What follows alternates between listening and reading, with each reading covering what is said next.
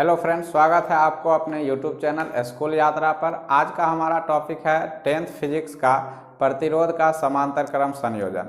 आइए जानते हैं कि प्रतिरोध का समांतर क्रम संयोजन होता क्या है।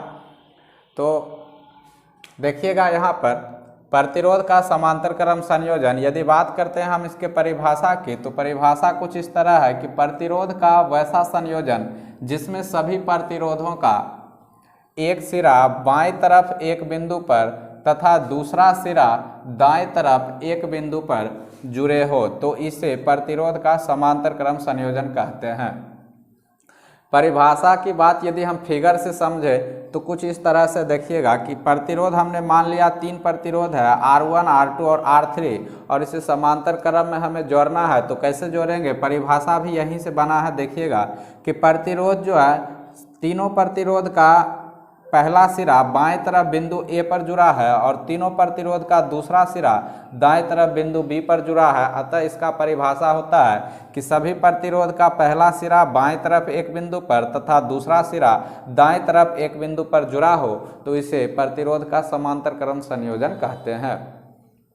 अब देखिएगा, यदि हम इसके व्यंजक की बात करें, क्योंकि ये फिजिक्स का 10th क्लास के लिए, खास करके बिहार बोर्ड के बच्चों के लिए ये 5 नंबर का पूछा जाता है, जो काफ़ी इम्पोर्टेंट है। इससे पहले हमने श्रेणी क्रम संयोजन का वीडियो डाल चुका है, आप लोग देख सकते हैं।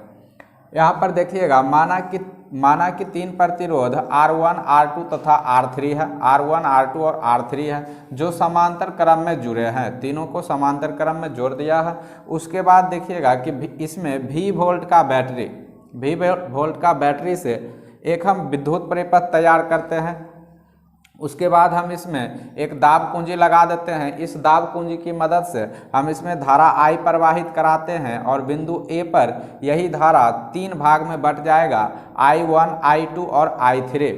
3 भाग में क्यों बट जाएगा, क्योंकि बिंदु A पर जब ये धारा मुख्य धारा I पहुंचती है तो यहाँ से 3 मार्ग निकल चुका है, अर्थात 3 तार निकलती है, जिसमें R1, R2 और R3 प्रतिरोध लगा हुआ है। तो R1, R2 और R3 का मान चूंकि इक्वल नहीं है, तो इसमें हम कह नहीं सकते हैं कि बराबर धाराएं जाएगी।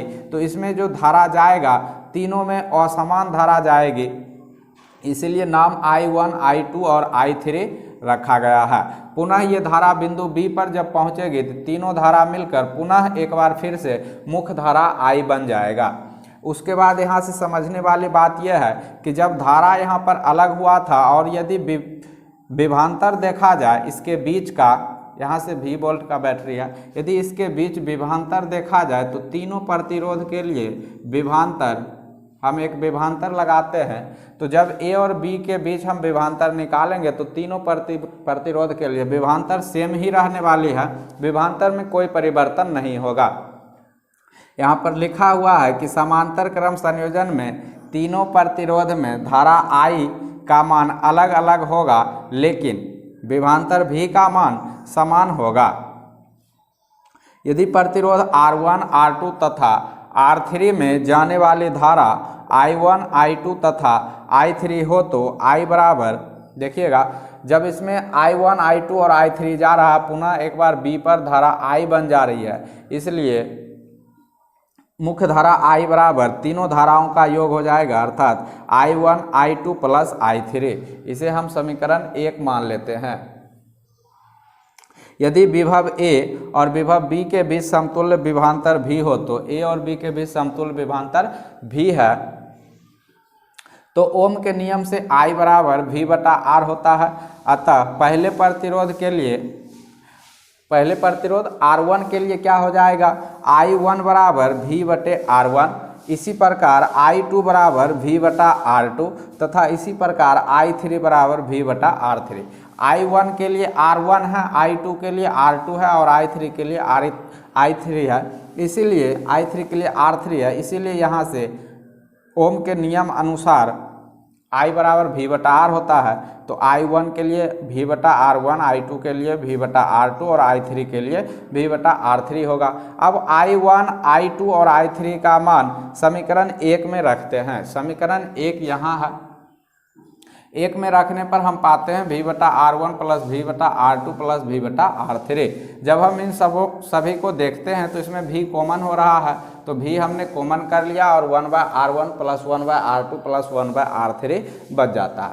उसके बाद पुनः यदि बिंदु B देखिएगा, पुनः बिंदु A और B के बीच समतुल्य प्रतिरोध, इन तीनों प्रतिरोध को हटाकर जब हम एक प्रतिरोध लगाएंगे तो तीनों के लिए जो इक्वल प्रतिरोध होगा, तीनों को जोड़ने के बाद जो इक्वल होगा, अगर उसे हम RP मान लें, क्योंकि ये समांतर प्रतिरोध है, इसे RP से सूचित करते हैं समतुल्य का, तो यहाँ से RP यदि समतुल्य प्रतिरोध है, समतुल्य का अर्थ होता है टोटल प्रतिरोध, टोटल प्रतिरोध RP हो तो ओम के नियम से क्या हो जाएगा, V बराबर IR होता है। तो V यहाँ पर समतुल्य विभव है, I मुख्य धारा है और RP समतुल्य प्रतिरोध है, तो V बराबर IRP हो जाएगा।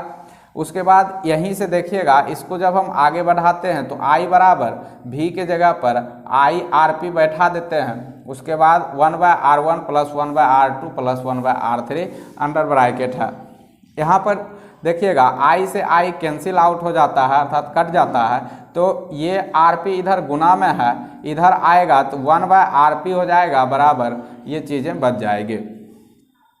यही समांतर क्रम संयोजन का व्यंजक है। यहाँ से हम जब समतुल्य प्रतिरोध निकालेंगे तो तीनों प्रतिरोध या कई सारे प्रतिरोध लगे होते हैं, उन सभी प्रतिरोध का व्युत्क्रम का जोड़ करके पुनः एक बार व्युत्क्रम कर देते हैं, तब जाके हमारे पास समतुल्य प्रतिरोध निकलता है। क्योंकि ये जो फार्मूला है ये समतुल्य प्रतिरोध का फार्मूला नहीं है, ये समतुल्य प्रतिरोध के व्युत्क्रम का फार्मूला है। चूंकि हमें व्यंजक यहीं तक आसान होता है, इसलिए हम यहाँ तक निकाल कर छोड़ देते हैं। यदि मान लीजिए परिपथ में n प्रतिरोध R मान के लगे हो तो समतुल्य प्रतिरोध RP बराबर R/N होता है। जैसे कि यदि आपसे एग्जाम्पल के तौर पर पूछ दिया जाए कि 5 ओम का 10 प्रतिरोध लगा हुआ है, तो समतुल्य प्रतिरोध पूछा जाएगा। बोला है 5 ओम का 10 प्रतिरोध, तो N बराबर 10 होता है और R का मान 5 ओम हो गया, तो इस प्रकार से समतुल्य प्रतिरोध RP बराबर हो जाएगा 10/5। तो 5/2 से काटेंगे, 5 दूनी 10 हो जाएगा। इस प्रकार से समतुल्य प्रतिरोध 2 ओम निकलता है। ये क्वेश्चन आपको ऑब्जेक्टिव में इस टाइप पर पूछा जाता है। तो समांतर क्रम संयोजन के लिए जो व्यंजक 5 नंबर में पूछा जाता है, आप यहाँ तक छोड़ दीजिएगा और यहाँ तक छोड़ने के बाद आपको 5 नंबर मिल जाएगा। तो आप इसका स्क्रीनशॉट ले लीजिए।